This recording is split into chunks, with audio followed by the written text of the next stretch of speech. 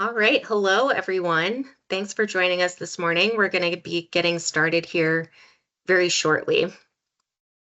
Thanks for joining us.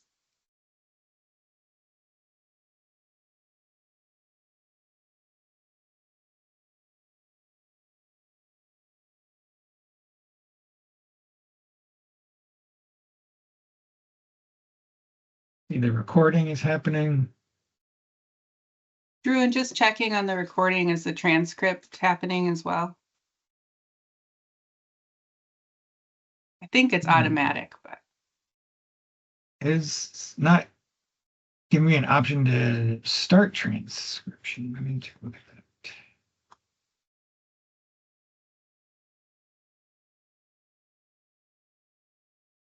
It says record and transcribe automatically.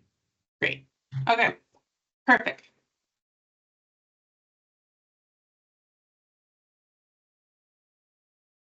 Doesn't allow me to say start transcription, but it does say record Yeah. and transcribe automatically. Okay. Okay, so I think it just does it together usually, so it'll just make it easier for posting online. Although how the transcription responds to Vorek is kind of funny. It doesn't usually get it right. So and we'll be Well, that's saying that a okay. lot, but Some people don't get it right either it's true. sometimes, so Yeah. it's understandable. Yeah. So it looks like we still have folks joining us. I think we'll give it another minute and then we'll get going. Thanks for being here with us this morning or this afternoon over the lunch hour, and we'll get started around 12:01.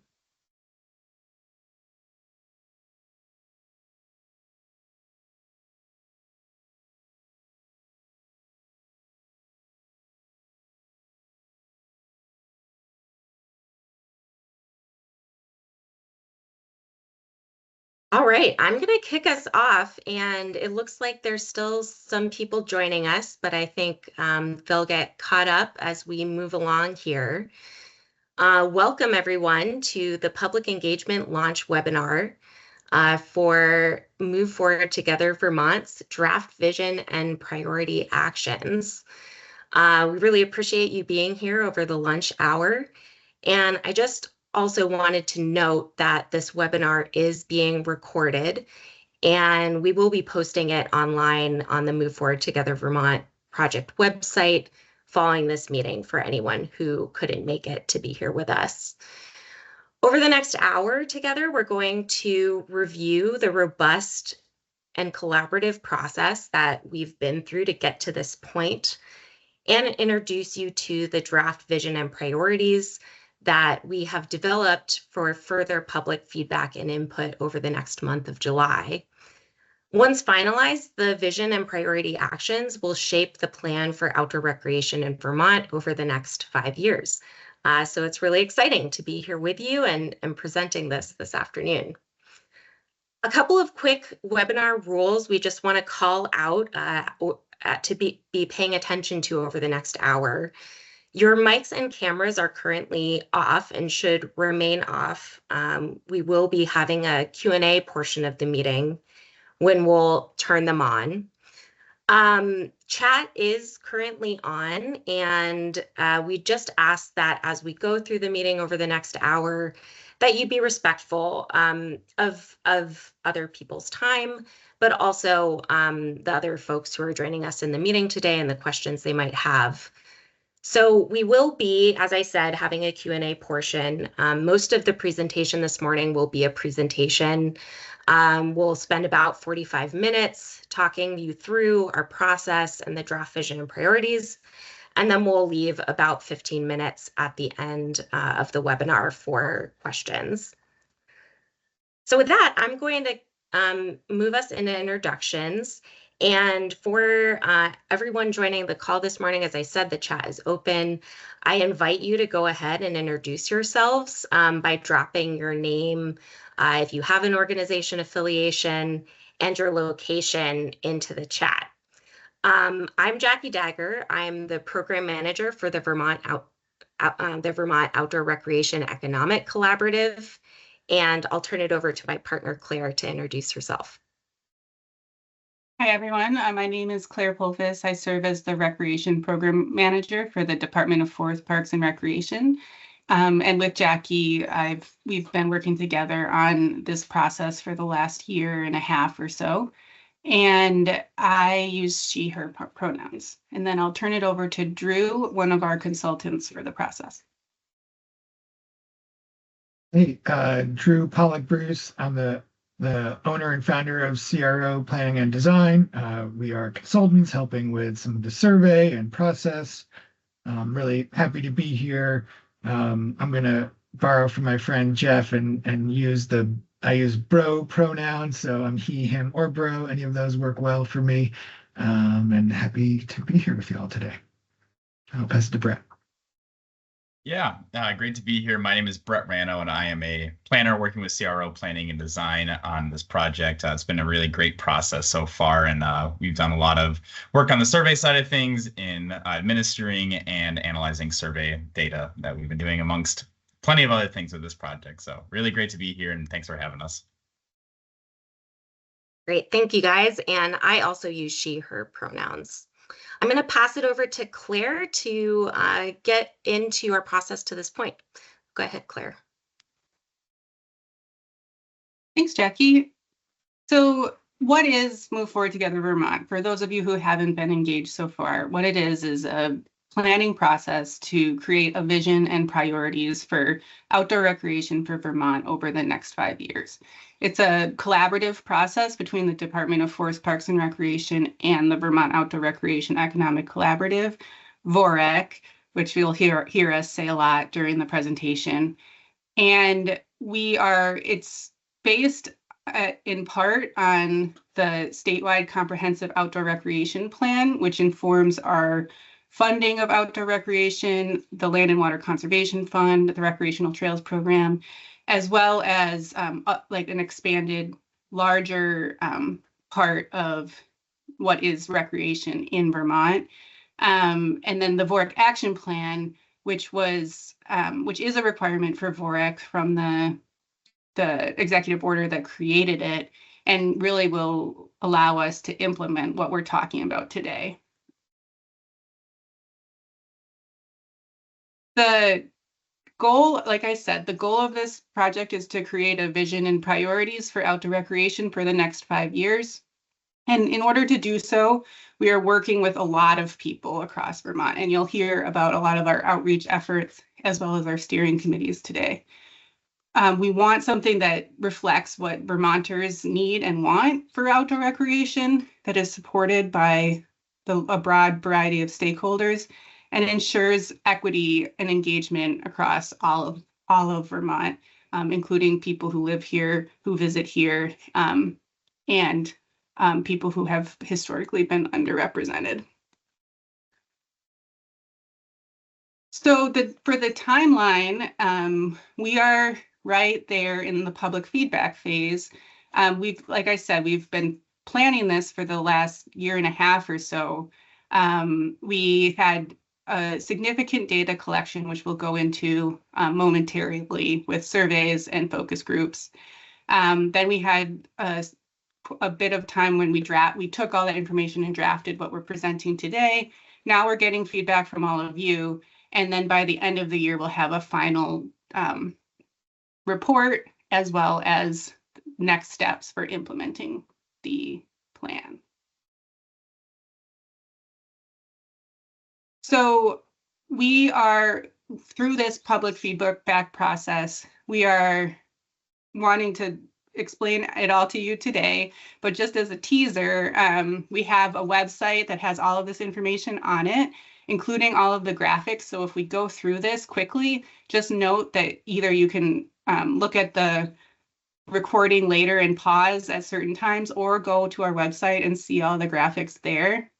From there, you can also read in more detail about the outreach results and the draft feedback and priority actions. You can find the online feedback form where we're asking for your feedback on what we've put together, or you can come to one of our open houses, which are held later in July.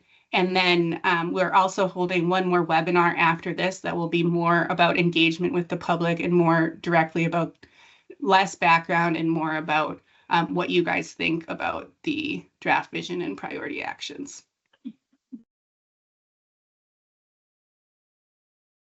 Great. Oh, go ahead. So we're going to talk about what we heard. And just to note for everyone listening in this morning, we are going to move through what we heard relatively quickly, just due to the limited time we have in the webinar. But this information, these presentation slides, will be available on the Move Forward Together Vermont website for you to look through on your own time. And the information is all available in much more detail on our website. So don't feel too constrained if you can't read all the details right now. They are available on the website. Next slide, please. All right, so we are going to be focusing on the data collection and information gathering phase. You saw that in the timeline that Claire just shared. This phase for the Move Forward Together Vermont process lasted from fall 2023 through spring of 2024. And it was an intensive outreach process to obtain in-depth information about outdoor recreation in Vermont. This process was led by Claire and myself with support from CRO Planning and Design, and additionally staff from the Recreational Trails and Conservation Assistance Program, which is a program through the National Park Service. Next slide.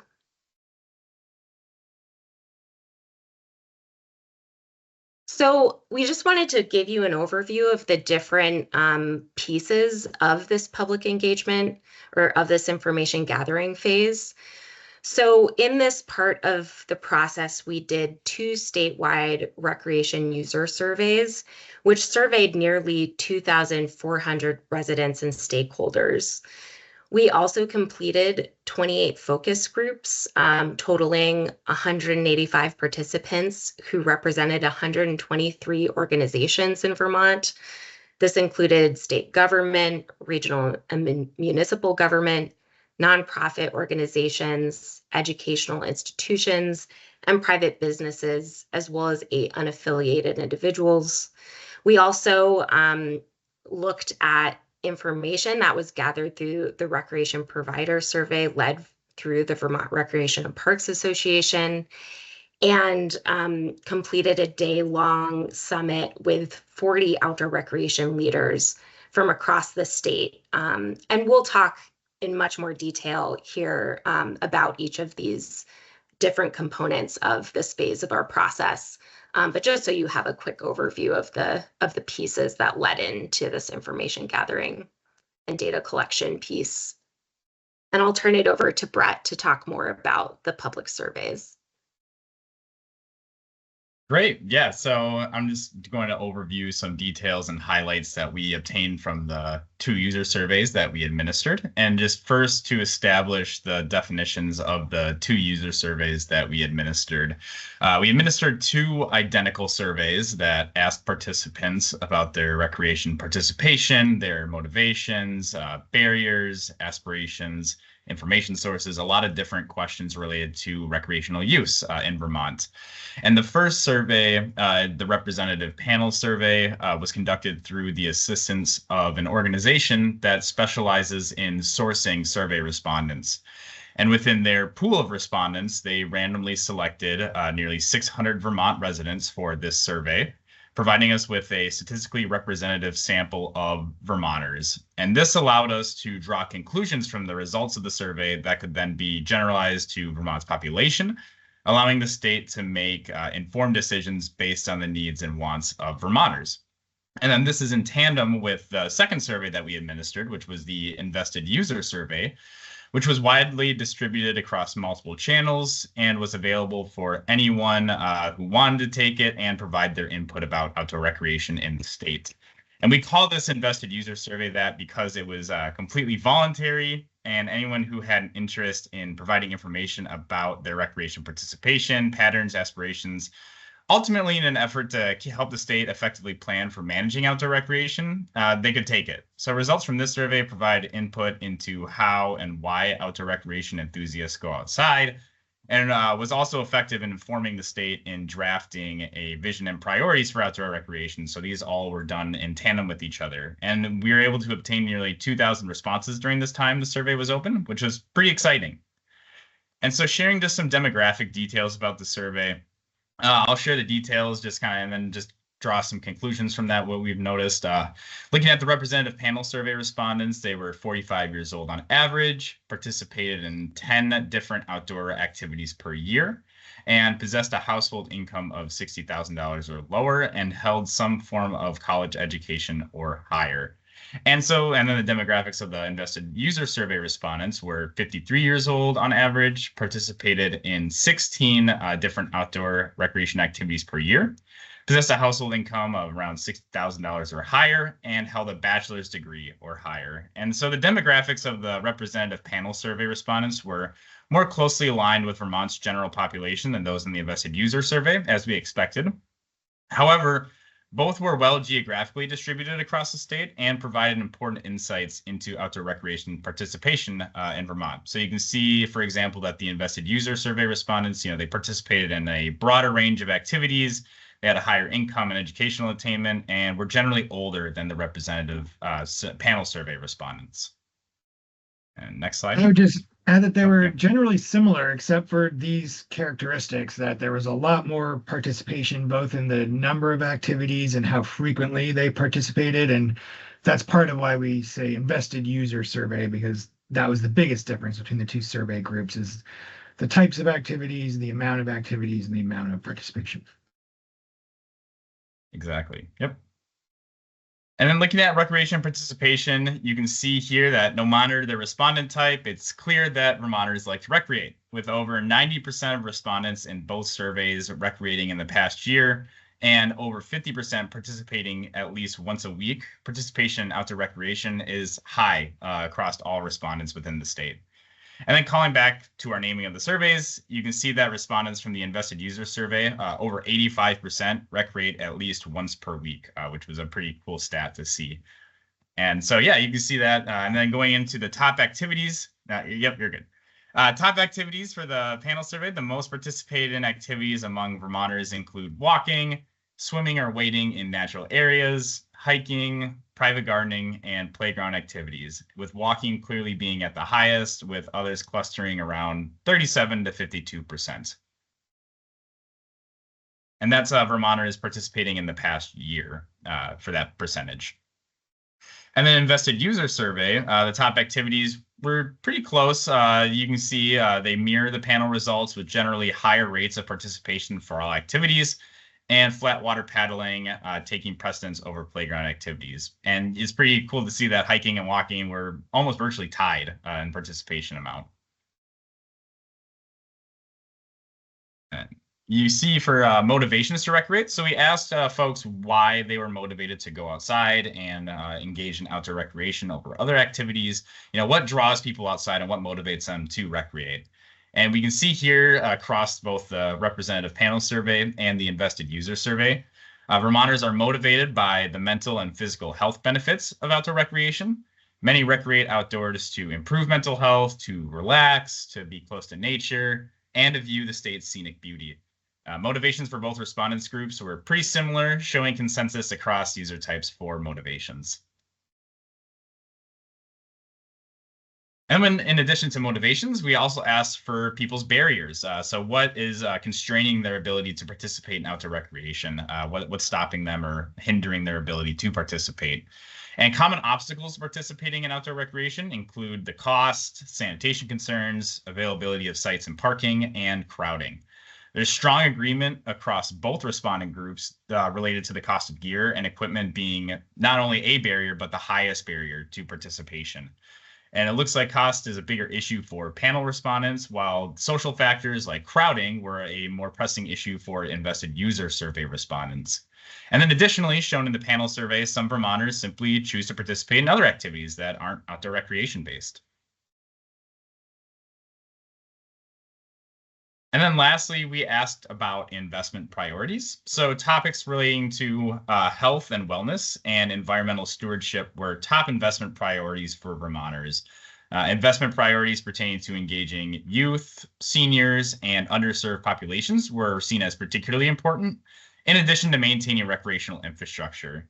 And then another point of interest that we saw for investment priorities were supporting local organizations to maintain recreational assets, such as nonprofits or municipal organizations to maintain parks, trails, open spaces, and other recreational assets. And we have more information and more. It was a lot more questions that we asked. These were just the big key highlights that we wanted to share, and more of the survey data will be available at a later time in a full report if you have interest in following up on more survey details.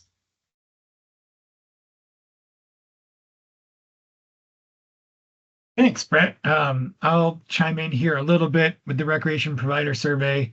And I would just add, I really love that the top 5 participation activities from the user survey are so Vermont. That was one of the most pleasant things to see, was that private gardening was really high on both, and outdoor swimming, which is not the case in every state. So it felt very Vermont to see many of those results. The recreation provider survey is typically done as part of a SCORP process, but the Vermont Recreation and Parks Association, VRPA, had started an effort in 2019 to do what they called a State of Recreation survey. I'm on the board at VRPA and was involved in that. And really the impetus there was in 2019, VOREC was just getting started, and there was a lot of interest in kind of what was happening at state level with municipal recreation. And we at VRPA realized we had no data to share. And there is a national group, the NRPA, that collects some of that data, but its participation in Vermont was pretty low in that survey. And so in 2019, VRPA launched an effort to try to collect information about its members and about municipal recreation in Vermont. And at that time, we didn't know it was going to be used by the SCORP. That was going on then too, but it ended up being very valuable for that process in 2019.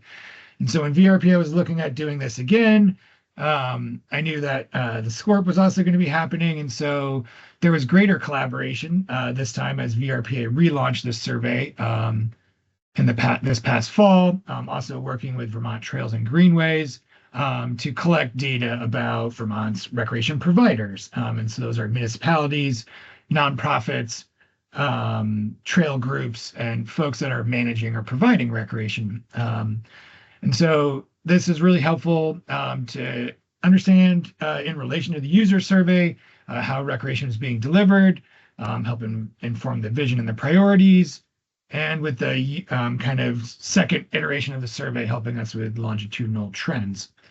I'll just share a couple of quick data points. We did get responses from 36 different providers of all different types. So some of them private businesses, statewide agencies, nonprofits, and towns. We found that each provider on average manages 7 individual parks or sites or trail systems and 11 miles of trail on average. And that the average park size is about 56 acres, so not very big for a lot of Vermont's municipal recreation.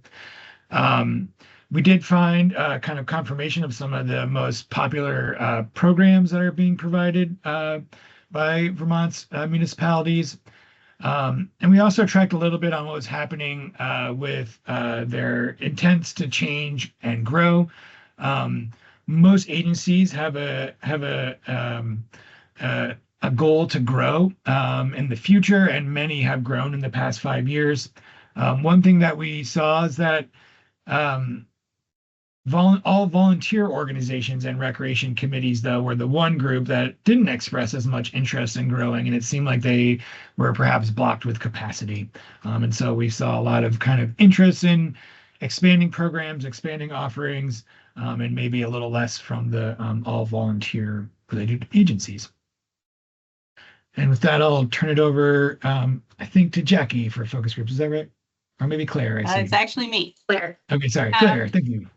So in addition to the survey data, we wanted to conduct focus groups. And the reason for this is that there are certain types of information and nuanced information that you can't get from surveys. And also, focus groups are a lot better way to reach populations that maybe haven't been represented in the past or don't see themselves as represented in survey information or surveys that we put out to the public. And so we wanted to create another way of gathering information. Next slide.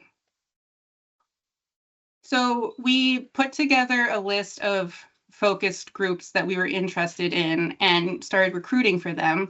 We hosted 26 focus groups, and the Vermont Outdoor Business Association helped us by hosting 2 more. And in those 28 focus groups, we had 185 participants representing 123 organizations. And these participants were from all over Vermont. They were recruited either by us or our partners, depending on the topic of the focus group. And we held them most of them were held virtually on a Teams meeting, but some of them were also in person. Next slide. You can see here in small writing all of the topics for the focus groups. As I said, we chose them based on topics that we felt wouldn't be well represented in the survey or weren't well represented already in our advisory committees, either the SCORP Technical Advisory Committee or the VOREC Steering Committee, as well as a couple of them were also topics that came up that we realized we needed more information about. Next slide. So every focus group was asked 4 questions, and the conversations lasted for either an hour and a half, depending on how many participants were in each focus group. And the 4 questions really led people through a discussion that was facilitated by usually either me or Jackie, and then in the case of the Vermont Outdoor Business Association, they had other facilitators. And we collected notes based on all of these questions. What are the opportunities? Where are the gaps? What resources are needed to be successful? And what does success look like? Next slide. So we took all of those notes, and with the assistance of the National Park Service Rivers, Trails, and Conservation Assistance Program, we pulled out actions that people had suggested would be helpful from their perspective, from either their community or their area of work that would help with outdoor recreation. And we categorized them to see where there were trends. And you can see we had categories of actions, so like the types of things or how that action would get done. And then action tags that went a little bit more into detail about like what type of outcome would come from that action, such as lowering barriers to access or professionalizing the outdoor recreation profession. Next slide.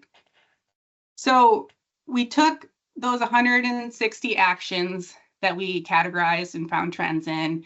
We took all of the user survey data that Brett talked about. We took all from both of the user surveys, and we took the recreation provider survey data that Drew talked about, and we found those trends, and we created 26 draft common priorities from them. So we mushed some together. We said, this is related to this, so this should be in the same priority. And we decided on the 26 just came from like what we could put together and what we had to keep separate. It wasn't like we had a goal of 26, but that's what we came out with. And we brought those to our steering committees, which Jackie will talk about the Vision and Priorities Summit. Great. Thanks, Claire. Yeah, so in early May, we brought together, as I said, 40 outdoor recreation leaders from around the state. You heard Claire mention our advisory bodies. A lot of the summit attendees were from our VOREC steering committee or from the technical advisory committee for the statewide comprehensive outdoor recreation plan. And also included a few other individuals who were stepping in for folks who couldn't make it, or we felt were important leaders to have represented in this decision-making process. So this day-long summit was held at the Calvin Coolidge Homestead in Plymouth, Vermont, And the organizers for this event included some who should be very familiar to you at this point. It included Claire and myself, as well as Drew and Brett from CRO Planning and Design, as well as staff from the Rivers Trails and Conservation Assistance Program, who were also able to bring on a facilitation team for this meeting from the consulting group, Kearns and West. And the goals of this day-long summit were to review and understand the survey and focus group data and information that were collected, as well as understand the priorities of outdoor recreation leaders and how those priorities aligned with the 26 identified common priorities that we had pulled from the data collection and information gathering phase. Next slide.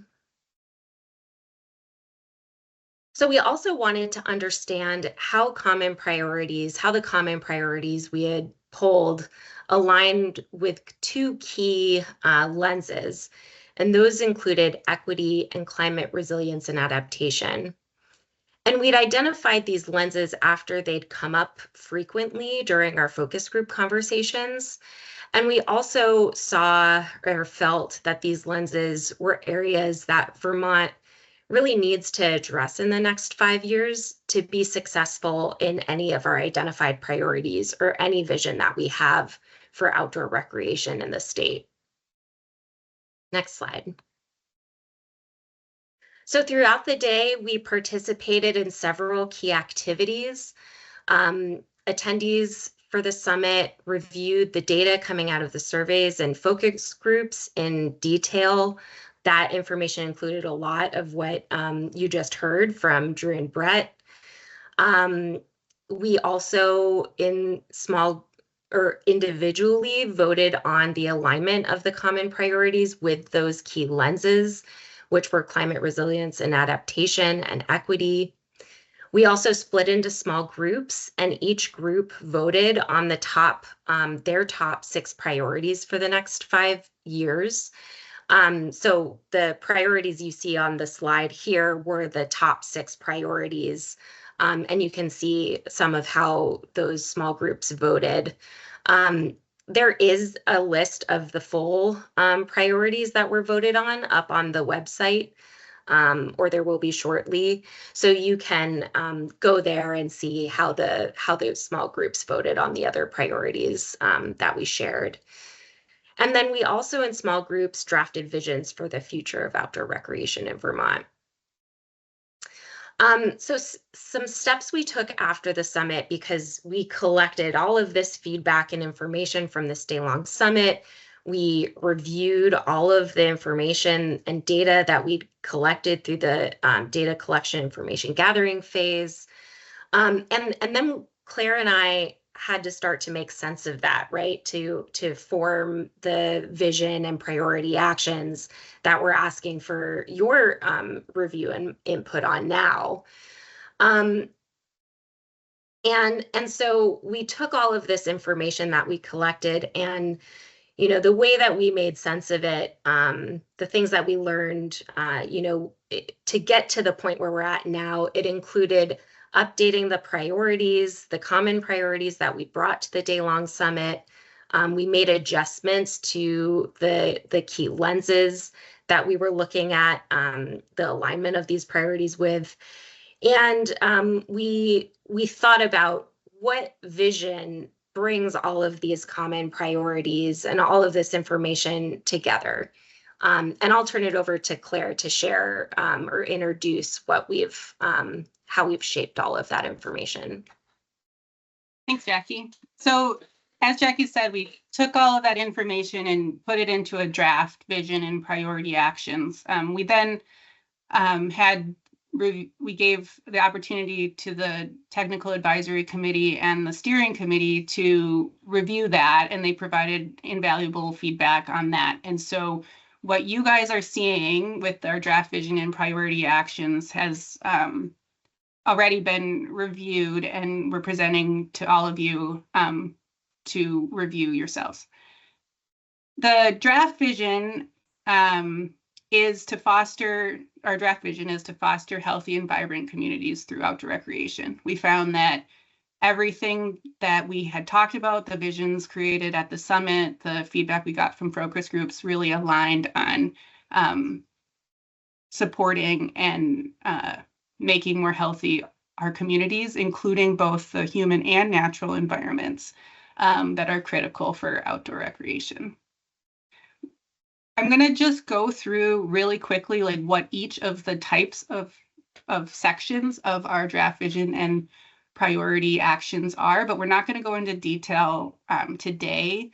You can find all, like we said, you can find all of it online, and we'll have 3 more open houses, 2 in person and 1 virtual, that will go into a lot more detail about each of the priority actions. So we felt very strongly that from all of the feedback we got, we needed to talk about how we work together and who we are. So we added a section called Guiding Principles that goes into those things. Of critical importance is if we're focusing on communities, we need to define what we mean by community. And what we mean goes beyond municipal boundaries. We found through our surveys that Vermonters can drive up to 30 minutes and consider themselves still within their communities. So we know that people, the human watersheds of our state are go far beyond the municipal boundaries and are much more regional. We also know that people find community through other people who like to do the same activities as them or have the same life experiences as them. And so there can be a community that is geographically statewide because it's aligned with a certain activity or value. And so all of those are within how we are defining community. And we want all of that, those human connections, the human connection to the natural world and the natural world, all of those communities to be healthy and vibrant through our work. To do that, we think it's critical that we collaborate, that we work together throughout our diverse opinions, that we include multiple perspectives and people who haven't been included in the past in particular, and that all of our work is driven by data and evidence as we go forward. Next slide. Uh-oh, did we lose Drew? Oh, there we go. We retained the idea of the lenses and we changed them to common objectives for the draft vision and priority actions because we felt that all of our actions should be moving equity forward as well as climate resilience in our communities. We've seen both from last summer's devastating flooding, but also from flooding already this summer that our communities and last winter that our communities need help in becoming more climate resilient, as do all of us as individuals living through climate change. And so we felt very strongly that these 2 objectives fall over all of our work. And so we called them out as common objectives that we will be using as the criteria for our actions and testing our actions against as we go forward. Next slide. And then our priority action. So this is like the bulk of the plan, right? This is like what we're actually going to focus on. And there's so much connection and interconnection between the different parts of the outdoor recreation economy and the greater communities. And we split them into themes, into stewardship, wellness, and economic development. But we hope that people who identify in any of those themes can see themselves in actions across the board. We just felt that it would help people understand better the organization if we split them into themes. So that's where we are, and we're really eager to hear your feedback. And so Jackie's going to talk about how that will, how you can give us your feedback in detail. Thanks, Claire. And also just wanted to note for those 3 themes that we've pulled out, there's about 6 to 7 priority actions listed under each of those themes. So a lot more detail on those priority actions on our website, and excited for you all to go and check them out. So next steps and engagement opportunities. Claire shared some of this with you at the beginning of the webinar. We are right now, so the draft vision and priorities are available for your review with much more detail, as we've been saying, on the Move Forward Together Vermont website. Brett's dropped links to those into the chat. For folks tuning in who might not have access to the chat, you can search Move Forward Together Vermont in Google, or go to the Department of Forest Parks and Recreation. There's a Move Forward Together Vermont website there, which will give you the details about upcoming engagement opportunities. It'll also give you the direct link to our story map site, which is where all of the information about the draft vision and priorities are being housed. So throughout the month of July, as a reminder, we are holding opportunities to engage with the draft vision and priorities and engage with us in person or online through an additional webinar. Those public open houses, we have a Northern Vermont open house, which will be at the Manchester Community Library on Monday, July 15th from 5:30 to 7 p.m. Or sorry, that's Southern Vermont, excuse me, Southern Vermont open house. And then we will also be holding an open house in Northern Vermont. If you don't want to go all the way from Northern Vermont down to Southern Vermont, that'll be at the Johnson Elementary School on Wednesday, July 17th from 7 to 8:30 p.m.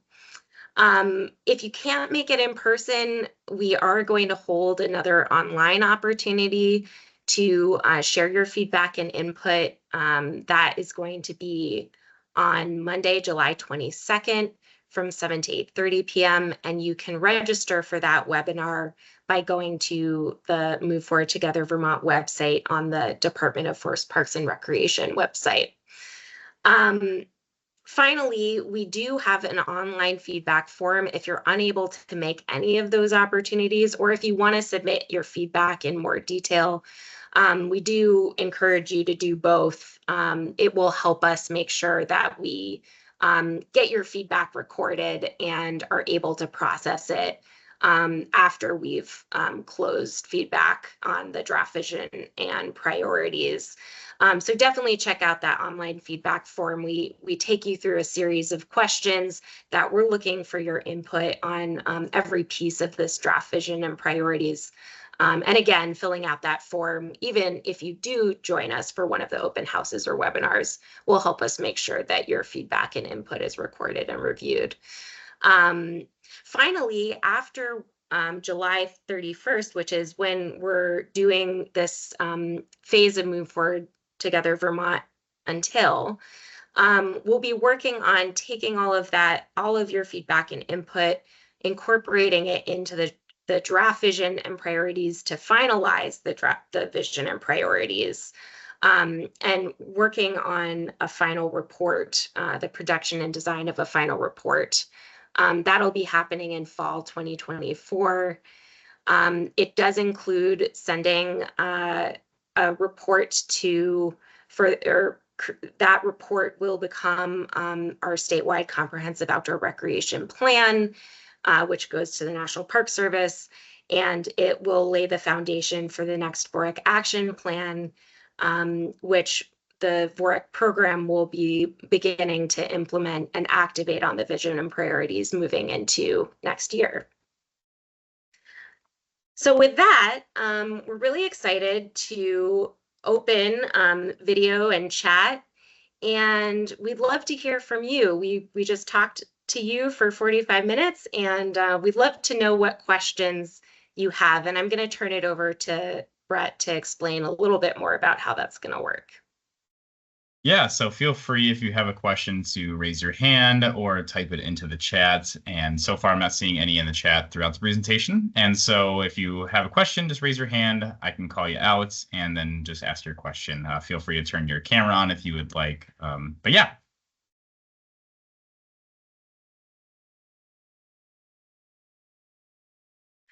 And Brett, are we able to close the PowerPoint so we can see each other? Yeah. I see. Hand was raised from, looks like Mike. Feel free, if you can unmute yourself, feel free to ask your question.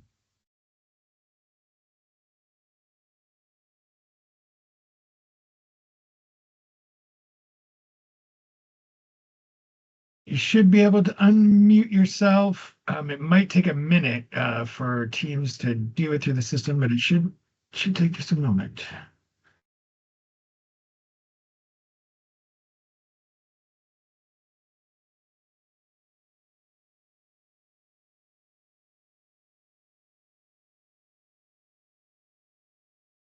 And that mute button should be, if you're on your PC or your computer, you should be able to see it in the top right-hand side. It's by the leave. You see your camera, your mic. How about now? There you go. We got you. There you go. Hi, Mike. Hi, Claire. Good to see you. Thanks, everyone. Thank you. This is really informative. A question on the collaboration. I was wondering if you can collaboration being, if I get it correctly, you can establish relationships with like nonprofit organizations to help upkeep, the well-being in trails and stuff like that. I was wondering if you can just explain what that process would be. And then just a follow up to that was, I find it interesting when you're going through some of your priorities of what people are looking for, like hiking and things like that. Those are the same phone calls we get for a snowmobile club. They call up and they contact us. Can we go cross country skiing on your snowmobile trails? Can we go hiking on your snowmobile trails? And unfortunately, we always have to say, well, that's up to the landowner, and then it never goes any further. So in addition to establishing collaboration, to solve those types of problems, do you foresee funding or any type of support for us to expand locally in the local community to bring those things forth just by layering on top of, say, for example, vast trails or something like that? Yeah, I can take that. And then Jackie, if you want to add to it, you can add to it. In terms of the collaboration as a guiding principle, yes, it includes our collaboration with nonprofits. We both BORAC and the Department of Forest, Parks and Recreation has established networks of municipalities and nonprofits, both with the steering committee, with BORAC, the partnerships with the Vermont Trails and Greenways Council and the Vermont Outdoor Business Alliance, and their networks of nonprofit and municipality recreation providers. And then, of course, we work with a lot of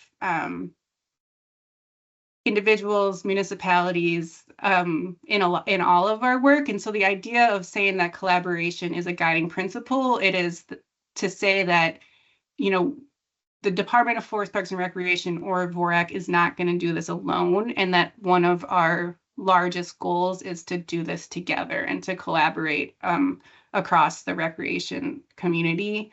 And it will look different depending on which action we're taking or which objective that we're working towards. Because, say, for example, the action is to steward and maintain recreational infrastructure and to make it so it can withstand climate change and rising use, like we would definitely want to collaborate with like the recreation providers and the businesses who help provide. But then if it's about engaging underrepresented groups, we definitely want to collaborate with those groups. So they might look a little different each time, but each time we are committed to having collaboration as one of our highest priorities. In terms of your second question about like support for like multi-use or There's a lot there. Yeah. One of the priority actions is to support recreation, public recreation on private lands. And there's a lot of ways that we can do that. And if you check out our website, we have like 3 example projects, but we want to, collaborate to find out more about how to better support that. So your answer doesn't necessarily have to always be, well, it depends, right? And then in terms of like figuring out in communities, we have to figure out what will work in communities for how, like, which multi-use trails might be good for that community. But by having the vision be healthy and vibrant communities and having the actions and this evidence that, like, people want to go outside and they enjoy walking, as well as many of the other activities. We only shared the top 5 activities. There were, I think, over 100 activity options, and people are on average participating in 10. Like that's a lot, right? So we just put the top 5 in there. But anyway, by like working with your local community, I think our goal is that if the community is looking for something like a multi-use trail, then we can connect them with the grant funding opportunities or the policy opportunities to make that happen. Oh, that's perfect, because the last part there was what I was looking for. So I appreciate it. Thanks. Thanks, Mike. And thanks for the question. I just want to add, when we set, and Claire mentioned this, but just to reiterate, like when we put common objectives into the draft vision and priority, our intent is to recognize that, this isn't just the Department of Forest Parks and Recreation and the Vermont Outdoor Recreation Economic Collaborative who are here to move forward this vision. Our hope is that this is a vision that leads all of our outdoor recreation stakeholders, and that there may be projects and situations that don't involve the Department of Forest Parks and Recreation or the Vermont Outdoor Recreation Economic Collaborative directly, but that we're committed to supporting and supporting through funding, supporting through energy, partnerships, resources, work of stakeholders in Vermont to move forward on this vision. So just these objectives are also, we hope, ways that our partners will work together, even if it's not directly through the Department of Forest Parks and Recreation or FOREC. All right. Thanks for the feedback. Appreciate it. Looks like we've got another hand up from Rich H. Thank you. I found the presentation really kind of exciting to see a collaboration of this many people coming together for the idea of recreation, which is such a big part of Vermont and our culture and our economy. I was kind of surprised not to see cycling come up in that top 5. And I was wondering where that fell and whether there could possibly be a collaborative effort with the Vermont Department of Transportation to be able to increase the ability of cycling throughout the state and safety, and actually pedestrian safety as well. It seems to me that that's one of the areas that Vermont has kind of neglected, even though we talk about it a lot. We've never made the infrastructure decisions to really push ahead with those as being a higher priority. I'll just, Brett and Drew, that might be a question for you to take, but I just wanted to note, Rich, and thank you for jumping in and asking the question. Cycling did come up through our focus group conversations.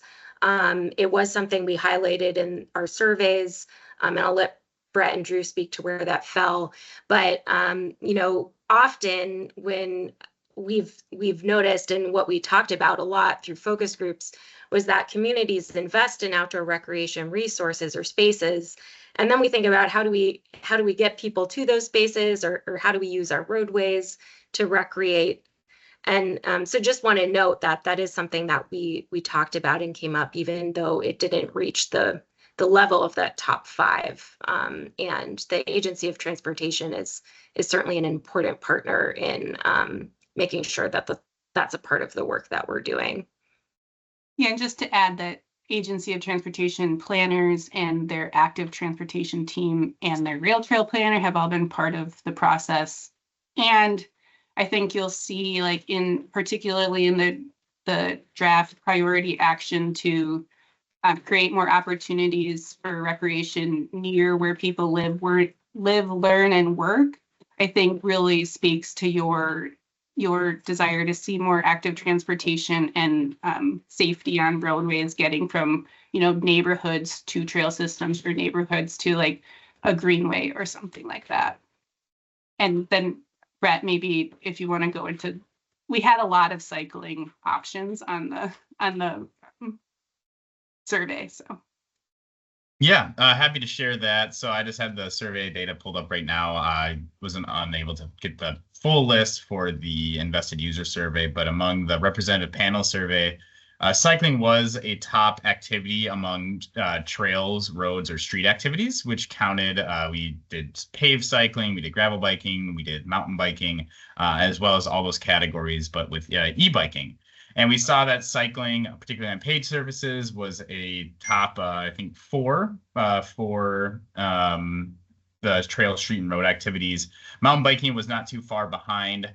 And then I don't have the numbers in front of me, but I do know that this was even higher within the invested user survey. So there was some buzz, especially in that category of activities for cycling. And all of that full data on participation will be available on the website here in like the coming weeks. So you can kind of dig in. And I think we even mentioned if there's a grad student out there who wants to dig into the data even more, there's lots that can be had. But absolutely, cycling did show up really highly. And you can kind of dig into that very soon. Okay, I guess it's partly going to be cycling's opportunity to be a participant if they really want to try to move this forward. When we look at infrastructure and cost, it seems like, changing roadways and infrastructure to accommodate for bikes on the road is a kind of a high ticket item. But I think that's the direction the world is going. Absolutely. Thanks so much. Thank you. And then Jeff Whiting. Oh, you might be muted. My question is your coordination with Fish and Wildlife, since a number of us that hunt and fish think of them as who we normally collaborate with, and I think that they've got a significant efforts going on collaboration that you should coordinate with. I guess the average hunting and fishing, or at least the trout fishing, really use the trails for a short distance to then get into the back country. And, that we're interested in trails from that standpoint, and a lot of us also hike. But, we share the use of a lot of those trails, but only to where our destinations are. Yeah, so thanks for your question. We have been collaborating with the Department of Fish and Wildlife. They have a seat on our advisory committee. We also held multiple focus groups with both the department and with hunters and fishers. And we have someone from Backcountry Hunters and Anglers on our advisory committee. So hunting and fishing are both included as outdoor recreation for this plan. And it's really critical, and thank you for your feedback, because this isn't a trails plan, it's an outdoor recreation plan. And we're talking about conserving open spaces for people to hunt and fish, as well as having trails for people to walk on.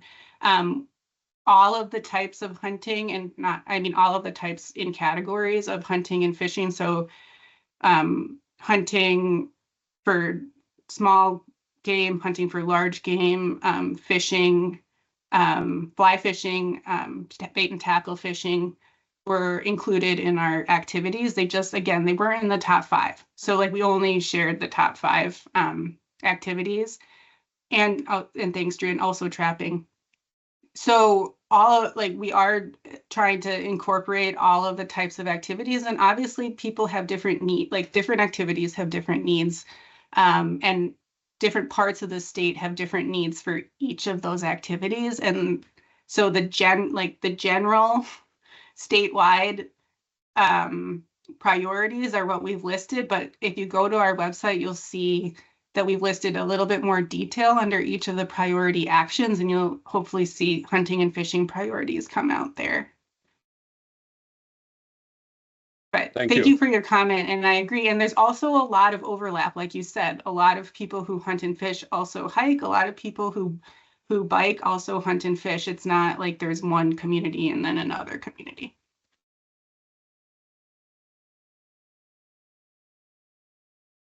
Do we have one last question for the last 2 minutes, or seeing any hands or raised? comment? Or comment? Or comment. I mean, we're really curious. This vision is, you know, we did a lot of work to think through what vision would encompass all of the priority actions and all of the activities, as we've heard, that exist in outdoor recreation in Vermont. And we thought foster healthy and vibrant communities through outdoor recreation really represented well all of the feedback that we heard, the data we collected, and the priority actions we were able to pull out.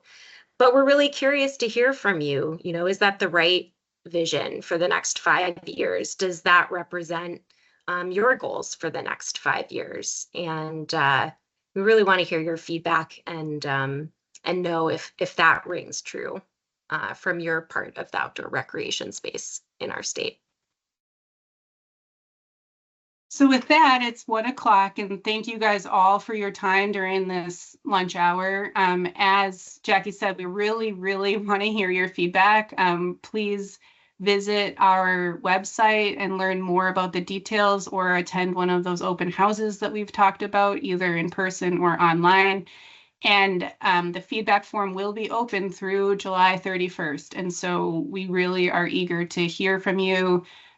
If for any reason something doesn't work for you online, if you're not able to access the information, please write to us.